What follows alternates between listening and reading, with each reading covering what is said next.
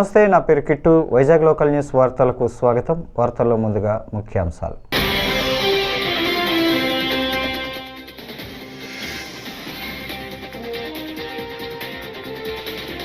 Polavaram project నిర్మాణాన్ని పరిశీలించిన CM, ఉన్నతాధికారులతో సమీక్ష.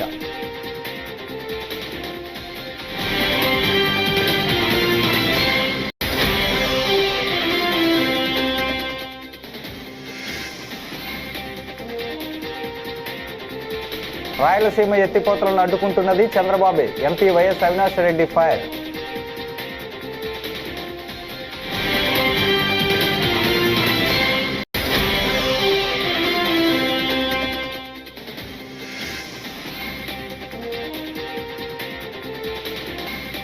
ప్రజాశాంతి పార్టీ అధినేత కేఏ పాల్ సంచలన ఆరోపణలు.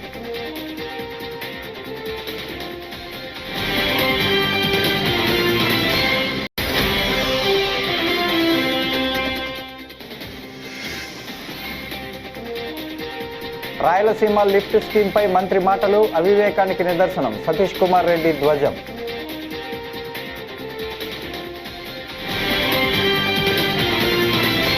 ఇక డీటెయిల్స్ చూస్తే, పోలవరం ప్రాజెక్టులో 87% సివిల్ పనులు పూర్తయ్యాయని, గడువులోగా మిగిలిన పనులన్నీ పూర్తి చేయాలని ఉన్నతాధికారులను సీఎం చంద్రబాబు నాయుడు ఆదేశించారు. ఎడమ కాలువ పనులు వేగంగా పూర్తి చేయాలని అధికారులకు ఆయన సూచించారు. కుడి కాలువ ద్వారా కొల్లేరు ప్రాంతాలకు సైతం నీరు వెళ్లేలా చూడాలని ఉన్నతాధికారులకు సీఎం చంద్రబాబు స్పష్టం చేశారు. ఈరోజు నిన్న మొన్న చూస్తే ఈ రాజకీయాలు నాకే అర్థం కాల. ఏంటి రాజకీయం? ఇప్పుడు దేవాదుల ప్రాజెక్టు కట్టారు. దేవాదుల ప్రాజెక్టు గోదావరి పైన,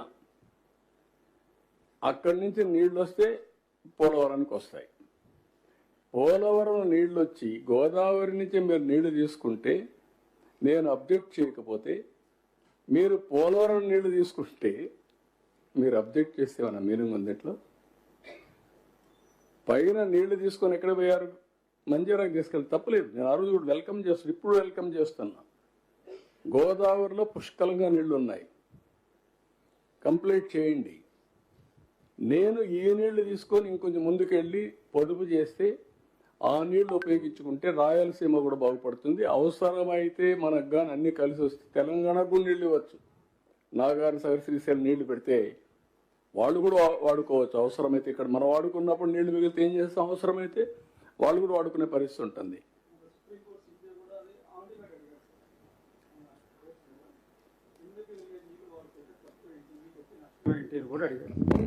అంటే అదే అంటున్నాను, ఏంటి ఇవన్నీ? దానికి పోటీ పడి మాట్లాడడం ఏంటంటే నాకుండే ప్రజలు అర్థం చేసుకోవాలి. మీరు మంజీరాకి తీసుకున్నప్పుడు నేను వెల్కమ్ చేశాక తప్పలేదు. దేవాదులు ఇంకా ముందుకు తీసుకెళ్ళండి నీళ్లు, తప్పే ఉన్నట్లు. ఉండేది ఏదైతే కృష్ణాలో నీళ్లు తక్కువ ఉన్నప్పుడు పైన కడితే ఇంకా నష్టం. అది ప్రొటెక్ట్ చేసుకుంటూ కృష్ణా డెల్టాని ప్రొటెక్ట్ చేసుకొని గోదావరిని అనుసంధానం చేసుకోగలిగితే రాష్ట్రంలో ఇబ్బందులు లేవు. ఇప్పుడు నిన్న చూస్తున్నాం రాయలసీమ లిఫ్ట్ ఇరిగేషన్. ఏంటి దాని మీద ఏమన్నా ఉందా? దాంట్లో మీనింగ్ ఉందా? వీళ్ళు చేసిన పని మీరు చూస్తే ఎంత ఒక అబద్ధాన్ని 100 సార్లు చెప్తే నిజమైపోతుందని ఇష్టానుసారంగా మాట్లాడతారు. వీళ్ళు ఏం చేశారో 5/5/2000 జీవోఆర్టీ నెంబర్ 203 3,525 కోట్లతో రాయలసీమ ఎత్తిపోతల పథకానికి అడ్మినిస్ట్రేటివ్ శాంక్షన్ ఇచ్చారు. ఒక అతను తెలంగాణ అతను 15/5/2020 ఎన్జిటికి వెళ్ళారు. రాయలసీమను సస్యశ్యామలం చేసేందుకు వైఎస్ జగన్మోహన్ రెడ్డి చేపట్టిన ఎత్తిపోతల పథకాన్ని చంద్రబాబు అడ్డుకుంటున్నారని వైఎస్ఆర్సీపీ ఎంపీ వైఎస్ అవినాష్ రెడ్డి ఫైర్ అయ్యారు. కడపలో ఇన్ఛార్జ్ మంత్రి సబితా అధ్యక్షతన నిర్వహించిన డిఆర్సీ సమావేశంలో రాయలసీమ ఎత్తిపోతల పథకంపై వైఎస్ఆర్సీపీ ఎంపీ వైఎస్ అవినాష్ రెడ్డి, ఎమ్మెల్యేలు, ఎమ్మెల్సీలు కీలక ప్రశ్నలు సంధించారు. అయితే ఈ అంశంపై చర్చను కూటమి నేతలు ఉద్దేశపూర్వకంగా పక్కదోవ పట్టించారని వైఎస్ఆర్సీపీ ఆరోపించింది. మేమందరం వైఎస్ఆర్ కాంగ్రెస్ పార్టీ ప్రతినిధులము అందరం కూడా డిఆర్సీ మీటింగ్కు అటెండ్ కావడం జరిగింది. మరి దాదాపు ఒక 1.5-2 అవర్స్ మీటింగ్లో పాల్గొన్న తర్వాత మాకు అర్థమైంది ఏంటంటే ఇది డిస్ట్రిక్ట్ డెవలప్మెంట్ రివ్యూ కమిటీ కాదు, తెలుగుదేశం పార్టీ డబ్బా రివ్యూ మీటింగ్, ఇది సెల్ఫ్ డబ్బా రివ్యూ మీటింగ్. ఇది అంతకుమించి ఏమీ లేదు దీంట్లో.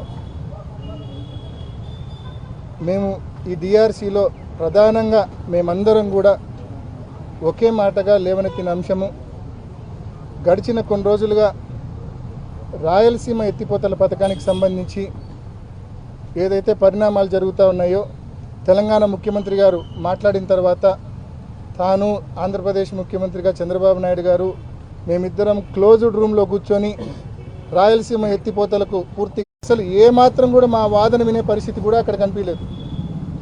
ఈరోజు ప్రతి రైతులో కూడా ఆందోళన ఉంది. వర్షాలు బాగా పడినప్పుడు, శ్రీశైలంలో ఫ్లడ్ డేస్ ఎక్కువ ఉన్నప్పుడు తెలంగాణ పవర్ జనరేట్ చేసిన, తెలంగాణ ఎత్తిపోతల పథకాల్లో నీళ్లు ఎత్తిపోసుకున్న మనం గ్రావిటీ ద్వారా తీసుకోవచ్చు. ఏది వర్షాలు బాగా పడినప్పుడు, ఫ్లడ్ డేస్ దాదాపు 150-180 రోజులు ఫ్లడ్ డేస్ ఉన్నప్పుడు ఇది సాధ్యం. కానీ ఫ్లడ్ డేస్ తక్కువ ఉన్నప్పుడు మన పరిస్థితి చాలా ఘోరంగా ఉంటుంది. మన ప్రాంతానికి 111 టీఎంసీలు రావాలా, ఎస్ఆర్బీసీకి సంబంధించి 19 టీఎంసీలు రావాలా, తెలుగుగంగకు సంబంధించి 39 టీఎంసీలు రావాలా, జిఎన్ఎస్ఎస్కి సంబంధించి 38 టీఎంసీలు రావాలా, చెన్నై డ్రింకింగ్ వాటర్కు 15 టీఎంసీలు రావాలా, కేసీ కెనాల్ ఏదైతే ఇక్కడ మనం శ్రీశైలం నుంచి మనం తీసుకుంటామో దానికి 10 టీఎంసీలు రావాలా, మొత్తం 111 టీఎంసీలు నీళ్ళు మనకు రావాలా. మొత్తం కేసీ కెనాల్ రైతాంగం, జిఎన్ఎస్ఎస్ కింద ఆయకట్టు రైతాంగం, తెలుగుగంగ ఆయకట్టు అంటే బ్రహ్మం సాగరు, SR1, SR2 రైతాంగం, ఇన్ని లక్షల మంది రైతులు వీటి మీద ఆధారపడి ఉన్నారు. మరి ఇంత పెద్ద అంశాన్ని ఏమాత్రం అంటే మేము చర్చ మొదలు పెడితే 2 నిమిషాలు మా వాదన వింటనే రివర్స్ ఎదురుదాడికి మళ్ళా మేము సమాధానం ఇస్తే డైవర్షను. కేవలం ఎదురుదాడి, డైవర్షన్ తప్ప ఏమీ లేదు ఇక్కడ. ఏ సమస్యలు ఏవనెత్తినా ఇంతే. మరి ఈ డిఆర్సీ మీటింగ్లు ఎందుకో మరి అర్థం కాని పరిస్థితి. మరి ఇవాళ కూడా రైతుల తరపున రైతులు ఏదైతే ఆందోళన పడుతూ ఉన్నారో, ఓ పక్క తెలంగాణ పవర్ జనరేషన్ అనే పేరుతో నీళ్లు కిందికి వదులుతూ ఉంది, ఓ పక్క పాలమూరు రంగారెడ్డి దిండి ఎత్తిపోతల నుంచి వాటరు రోజుకు 3 టీఎంసీలు పంప్ చేస్తే 5-6 టీఎంసీలు వచ్చే ఫ్లడ్ ప్రతిరోజు తెలంగాణ ప్రాంతానికే పోతే ఎప్పుడు నీళ్లు 880 లెవెల్కి రావాలా, ఎప్పుడు 854 లెవెల్కి రావాలా, ఎప్పుడు మన ప్రాంతానికి నీళ్లు రావాలా? 854 అడుగులు పైకి పోతేనే కదా మనకు కనీసం 7,000. ప్రజాశాంతి పార్టీ అధినేత కేఏ పాల్ సంచలన ఆరోపణలు చేశారు. బుధవారం ఆయన మీడియాతో మాట్లాడుతూ, ఒక్క ప్రార్థన చేస్తే రాజశేఖర్ రెడ్డికి పట్టిన గతే చంద్రబాబుకు కూడా పడుతుంది. జగన్ ఏం తక్కువ తినలేదు, 5 లక్షల కోట్లు అప్పు చేశాడు. 16 నెలల క్రితం జగన్ను కలవడానికి వెళ్తే జగన్ నన్ను కలవలేదు, అప్పుడే ప్రార్థన చేశా, జగన్ మళ్ళీ సీఎం కాకూడదు అని, దాంతో జగన్ సీఎం అవ్వలేదు అని ఆయన అన్నారు.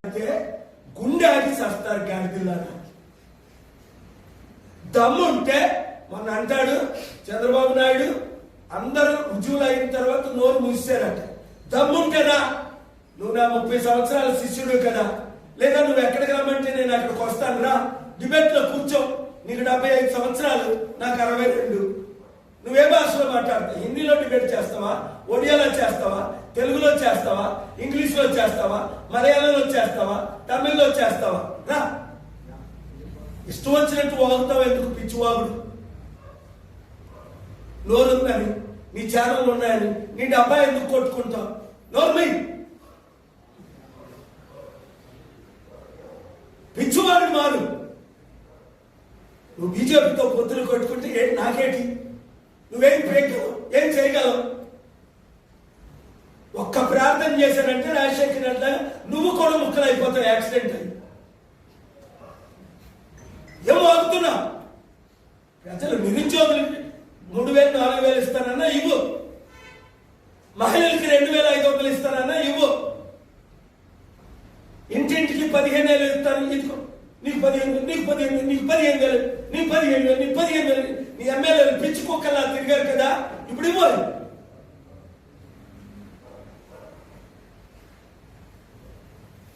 రోజు జగన్ తిడతాం.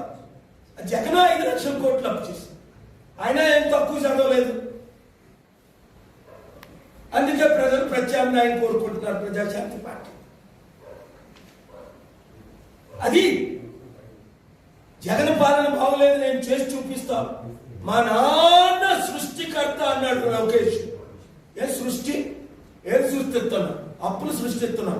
ఇప్పుడు 2 సంవత్సరాలు అవ్వలేదు, 2-3 లక్షల కోట్లు అప్పు చేసేసాం ఆంధ్ర తరపున ఆంధ్రాని అమ్మేస్తున్నాం. 17 కాలేజీలు పీపీపీని అమ్మేస్తుంటే కేసు వేశా. ప్రైవేట్ మెడికల్ కాలేజ్ 100,000 కోట్లు ఫ్రీగా ఇచ్చినానికి నీ బినామీకి.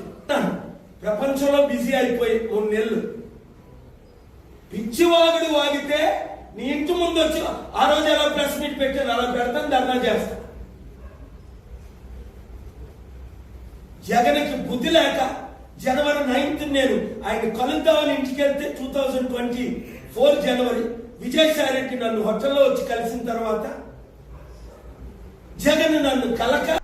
రాయలసీమ లిఫ్ట్ స్కీమ్పై మంత్రి నిమ్మల రామనాయుడు మాటలు ఆయన అవివేకానికి నిదర్శనమని, ఆ ప్రాజెక్టుపై మంత్రికి కనీస అవగాహన లేదని వైఎస్ఆర్సీపీ ప్రధాన కార్యదర్శి ఎస్వి సతీష్ కుమార్ రెడ్డి ధ్వజమెత్తారు.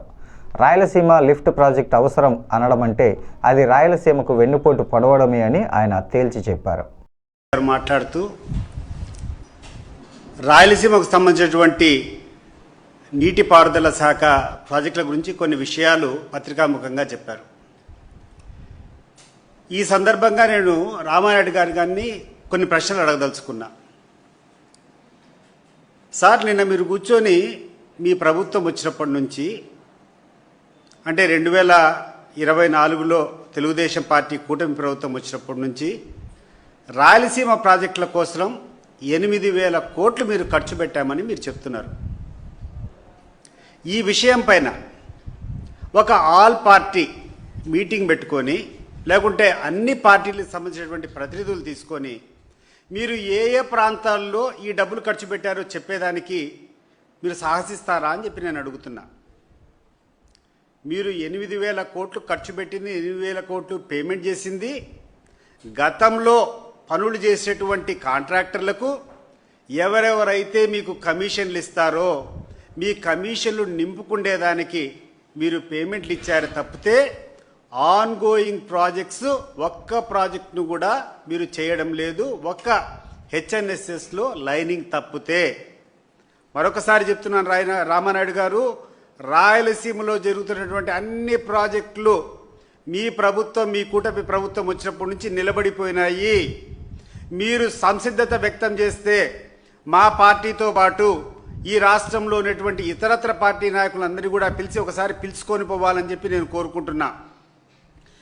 ఈరోజు రాయలసీమ లిఫ్ట్ ఇరిగేషన్ ప్రాజెక్టు పూర్తిగా మీరు అధికారంలోకి వచ్చినప్పటి నుంచి ఆగిపోయింది. మీరు ప్రచారం చేస్తున్నటువంటి రకంగా 2020లో ఎన్జీటీ అబ్జెక్షన్స్ వచ్చినప్పటి నుంచి ఆగిపోలేదు. దీనికి కావాల్సినటువంటి సాక్ష్యాలు, దీనికి కావాల్సినటువంటి ఆధారాలన్నింటి కూడా మీరు ఇరిగేషన్ శాఖని ఈరోజు మీ ఆధీనంలో ఉంది. అక్కడటువంటి ఇంజనీర్ని పిలిచి ఎమ్ముక్కులు తెప్పించుకోండి. ఏ సంవత్సరంలో పనులు జరిగాయి, దానికి సంబంధించినటువంటి ఎప్పుడు పేమెంట్లు ఇచ్చేటువంటి విషయం మీరు చూస్తే పరిశీలిస్తే స్పష్టంగా డేట్ల వారీగా వస్తుంది.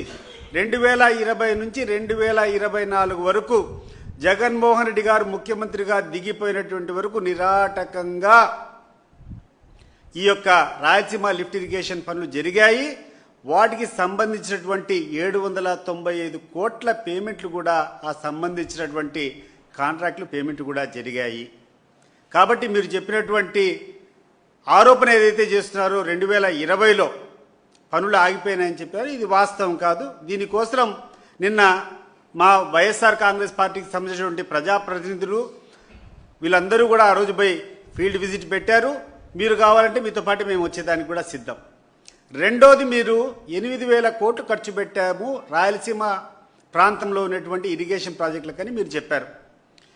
మీరు సిద్ధమా ప్రాజెక్టులకన్నిటికీ? మేము మీతో పాటు మేము వస్తాం విజిట్ చేసేదానికి. ఏ ఏ ప్రాజెక్టు ఎక్కడ ఖర్చు పెట్టారో, ఏ ప్రాజెక్టులు జరుగుతున్నాయో చెప్తే మేము కూడా చూసేదానికి సిద్ధంగా ఉన్నాం.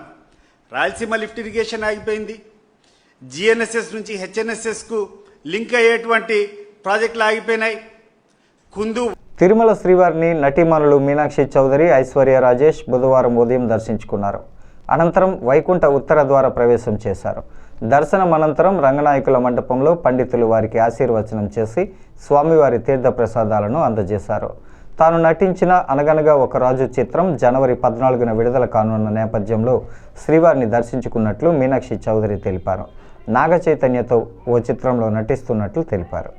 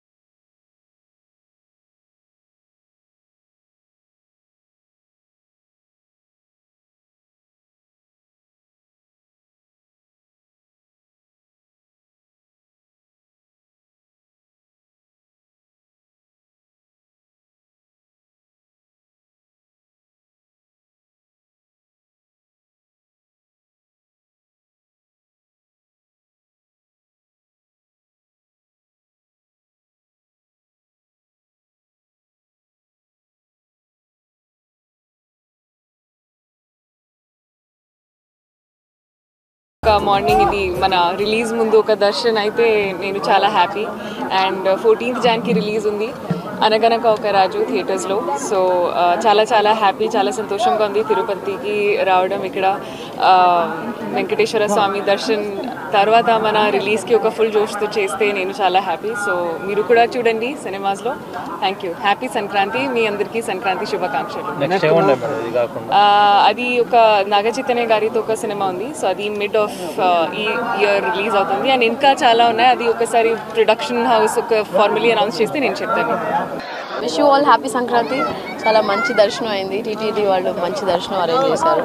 వైకుంఠ ఏకాదశి రేపుతో క్లోజింగ్. సో చాలా సంతోషంగా ఉంది ఈ రోజు వచ్చిన దానికి. నాతో పాటు మీనాక్షి కూడా వచ్చింది, చాలా సంతోషం. అండ్ అన్ని సంక్రాంతి సినిమాలకి wishing you all the best and success. Thank you. చాలా ఉన్నాయి, వస్తాయి ఈ ఇయర్ వచ్చినప్పుడు చూడండి.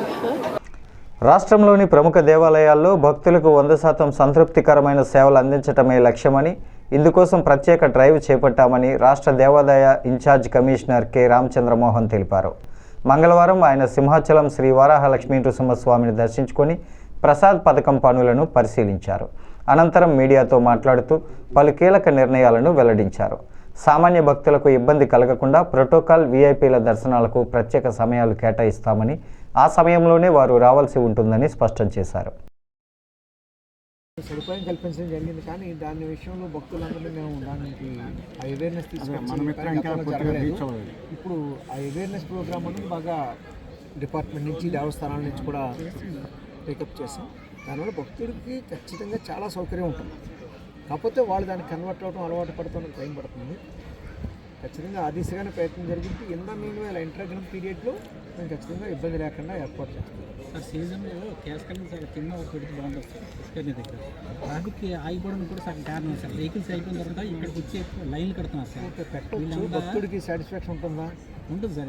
కొండ మీదకి వచ్చి ఇచ్చుకోవాలని సార్. పుష్కర్ని అంటే వాళ్ళకి మ్యాక్సిమం సెంటిమెంట్ కదా సార్. పుష్కర్ని దగ్గర ఈ 3 ప్రాంతాల నుండి వచ్చేవాళ్ళు కొంతమంది చెరువు దర్శనం చేసుకొని వెళ్ళిపోతారు కదా సార్.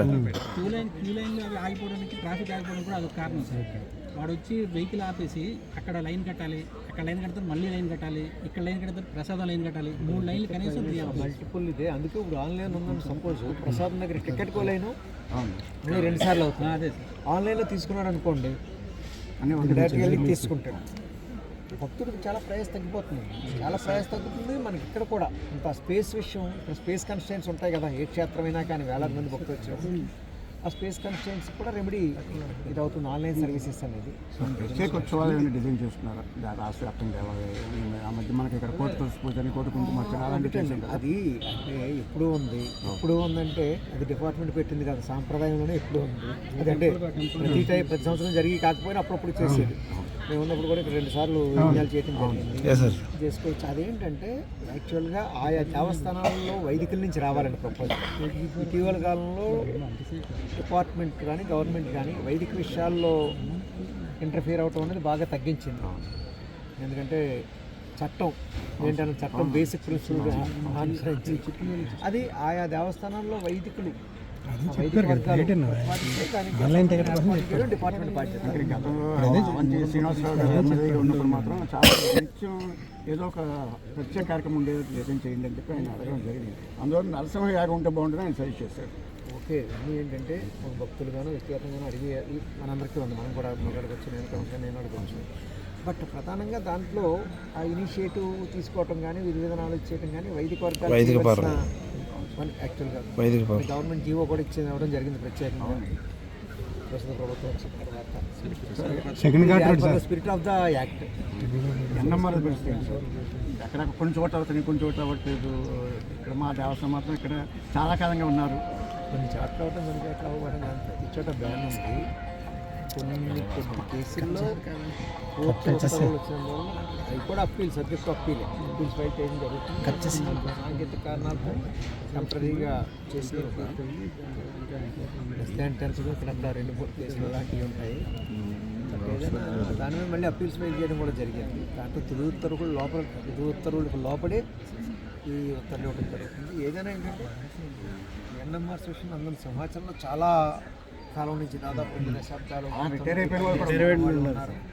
ఇవన్నీ ఏంటంటే ప్రభుత్వం పాలసీ పరంగా పాలసీ డెసిషన్ తీసుకోవాల్సిన పరిస్థితి ఉంది.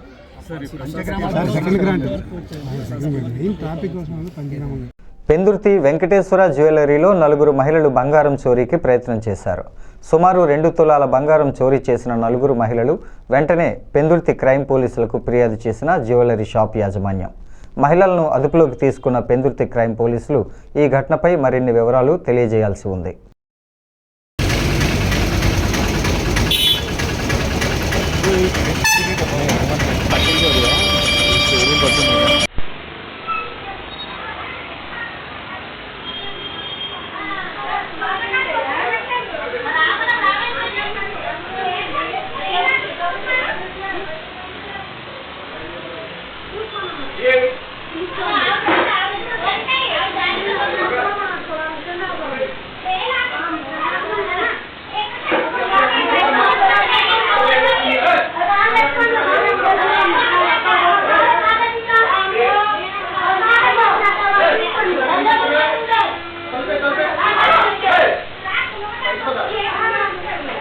విశాఖపట్నం మాది Pendurthi jewellery shop Sri Venkateswara jewellery.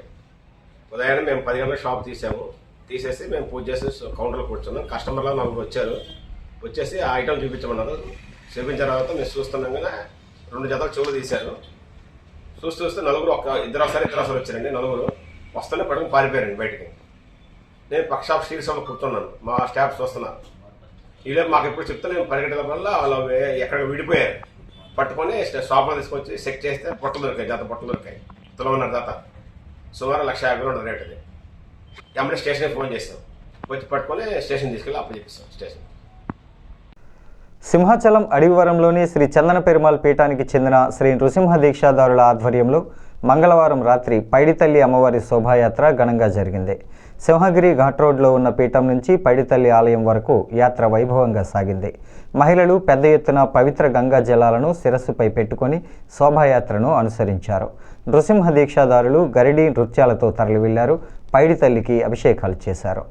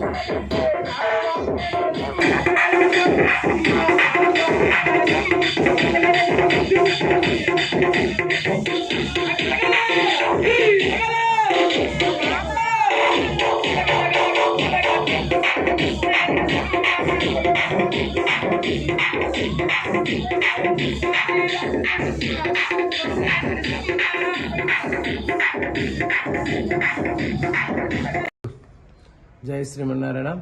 Shri Varahalakshmi Narasimhaswamy వారి దివ్య అనుగ్రహంతో గత 13 సంవత్సరముల నుండి నేటి వరకు శ్రీ శ్రీ శ్రీ పైడితల్లమ్మ తల్లి మహానగర సంకీర్తన చేయడం ఆనవాయితీగా వస్తుంది.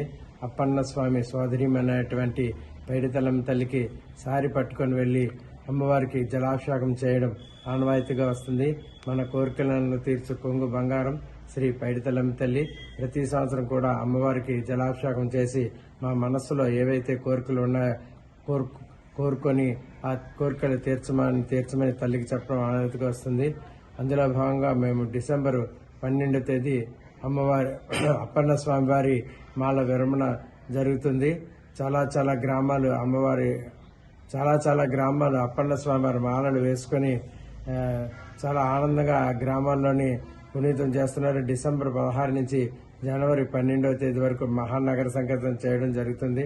హాయిగా ఆనందంగా ఈ మాలను ఉధృతంగా ప్రజల్లోనికి వెళ్తున్నాము. చాలా సంతోషంగా ఆనందంగా ఉంది. వార్తలు ముగించే ముందు ముఖ్యాంశాలు మరోసారి.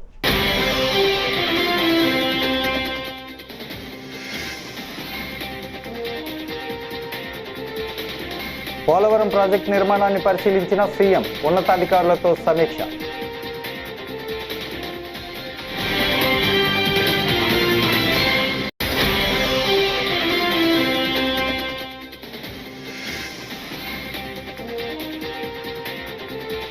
రాయలసీమ ఎత్తిపోతలను అడ్డుకుంటున్నది చంద్రబాబే, MP YS Avinash Reddy fire.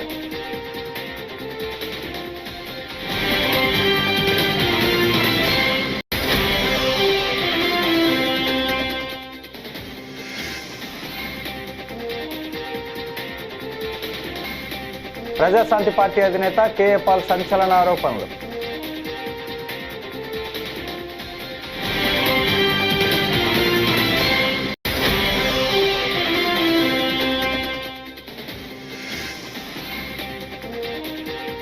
Rayalaseema lift స్కీమ్పై మంత్రి మాటలు అవివేకానికి నిదర్శనం, సతీష్ కుమార్ రెడ్డి ధ్వజం.